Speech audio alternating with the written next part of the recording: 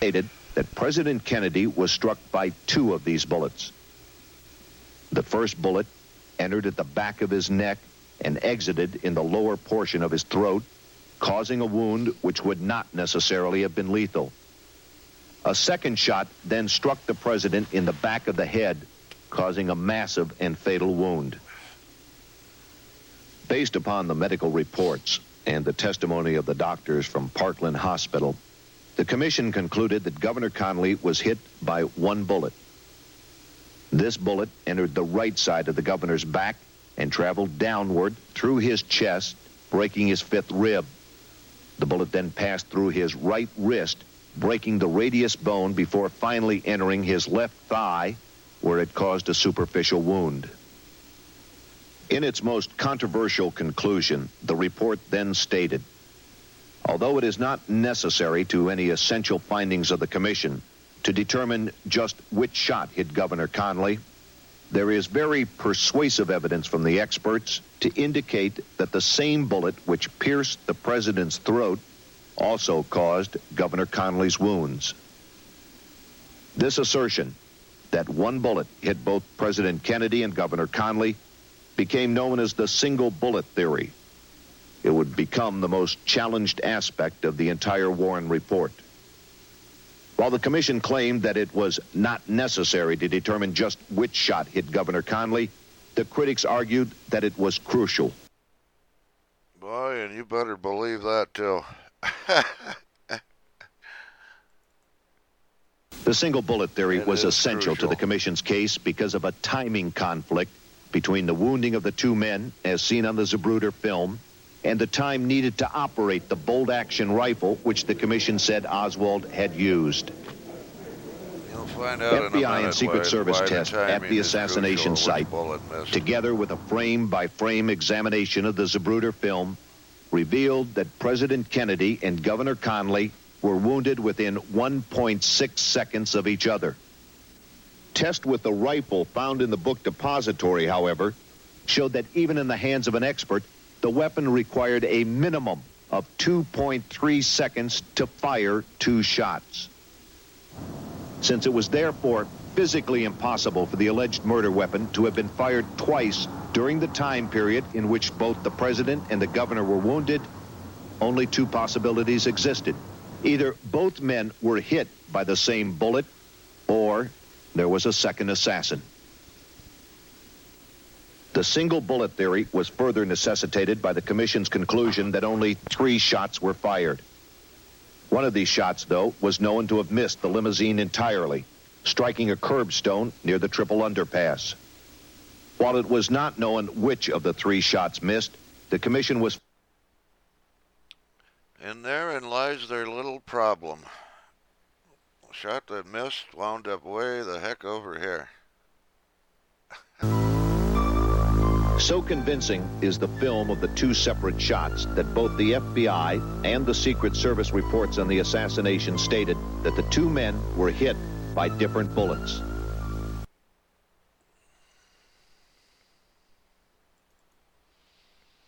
Harold Weisberg is a former Senate investigator who has written 6 books on the assassination.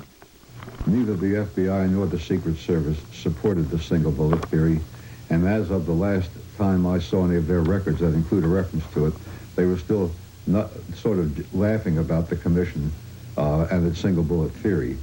They both agreed in their theories that the first shot hit President Kennedy and nobody else, that the second shot hit Governor Connally and nobody else, and that the third shot hit President Kennedy and nobody else. However, both the Secret Service and the FBI knew very well that a bullet had missed, had struck a curbstone, and a spray of concrete had wounded Jim Tegg. It was on the police radio. The FBI transcribed the police radio tapes. It was on the front page of the Dallas papers the next day. Everybody knew. But they just ignored it because they were determined to insist that there was a single assassin and that it was Lee Oswald. When the first shot was fired, I recognized it as a shot. I thought of nothing else but that it was a rifle shot. I turned to my right. I had time to think. I had time to react. And I turned to my right to look back over my right shoulder to see if I could see anything unusual, and particularly to see if I could catch him out of the corner of my eye. Because I immediately thought... Him, you mean the president. The president. Because I immediately thought of an assassination attempt the moment I heard the shot. I didn't see anything except just the general blur of waving of people moving, and nothing really unusual. I did not see the president out of the corner of my eye, and I was in the process of turning back to look over my left shoulder, and had about come to the point where I was looking straight forward again when I felt the impact of the bullet that hit me. I am convinced beyond any question of a doubt that the first shot that was fired did not hit me. Then I was hit. So that's the Warren Commission's little problem. They had a missed shot, and rather than assume that there was more than one assassin, they chose to go after their theory, this improbable theory of a single bullet.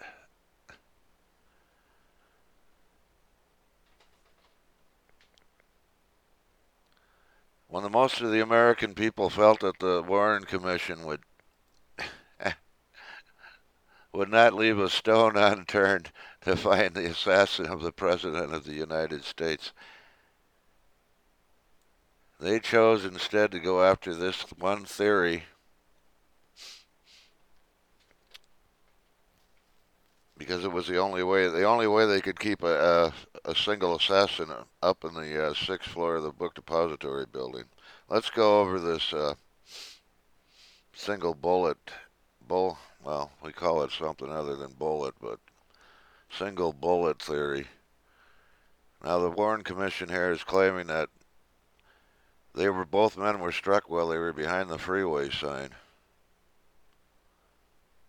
We'll get into the bullets, the medical part here later.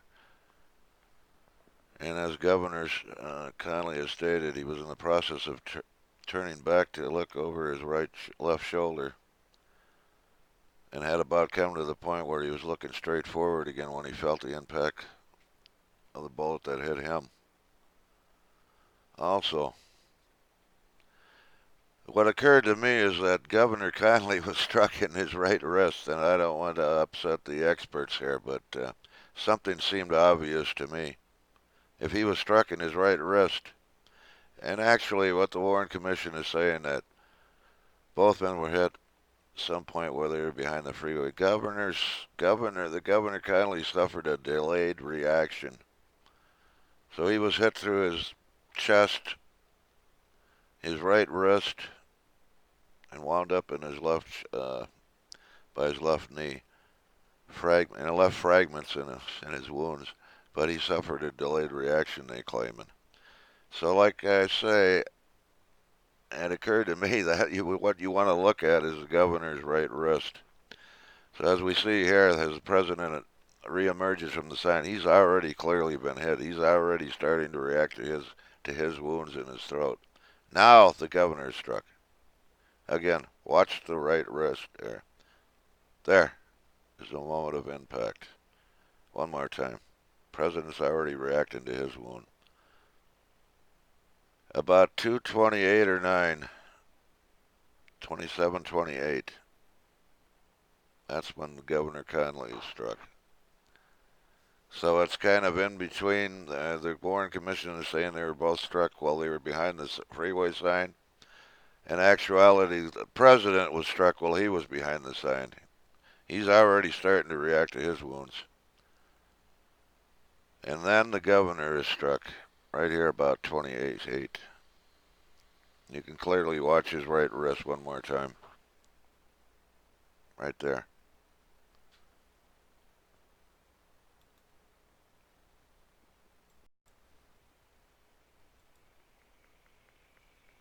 Yes, I doubt severely that Governor Connally's right wrist suffered a delayed reaction. In all reality, in all reality, it was probably Kennedy that suffered a slight delayed reaction, so he was probably wounded. He was probably struck and then started reacting shortly after. Also, here it says Governor Connolly viewed the film and testified he was hit between 31 and third frames 231 and 234. So he was pretty accurate, but that wasn't good enough for the Warren Commission. They knew that was still a big problem.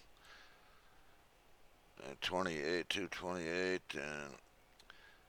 and also, as you can see, by his own testimony, he was in the process of turning straight forward again when he was hit, and he felt the impact.